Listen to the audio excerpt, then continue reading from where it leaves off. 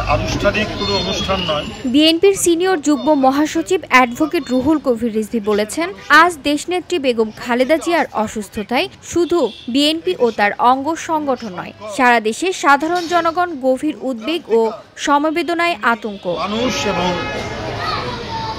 মঙ্গলবার রাজধানীর শ্যামলীতে নিজ বাসভবনে কোরআন খতম ও সাদাকায়ে জারিয়া হিসেবে ছাগল জবাই অনুষ্ঠানে তত্ত্বাবধানকালে এসব কথা বলেন তিনি।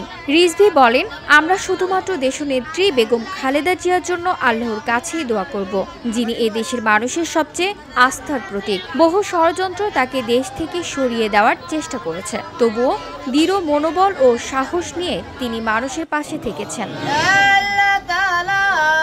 তিনি বলেন, আজ দেশনেত্রী বেগম খালেদা জিয়ার অসুস্থতায় শুধু বাংলাদেশ জাতীয়তাবাদী দল কিংবা তার অঙ্গ ও সহযোগী সংগঠন, যুবদল, ছাত্রদল, স্বেচ্ছাসেবক দল, মহিলা দল নয়, দলের বাহিরেও সাধারণ মানুষ গভীর উদ্বেগ ও সমবেদনায় আতঙ্ক। তার গুরুতর অসুস্থতায় মানুষের অনুভূতি ভাষায় প্রকাশ করা কঠিন। আনুষ্ঠানিক কোনো অনুষ্ঠান নয়, আমরা শুধুমাত্র আল্লাহর কাছে দোয়া করব।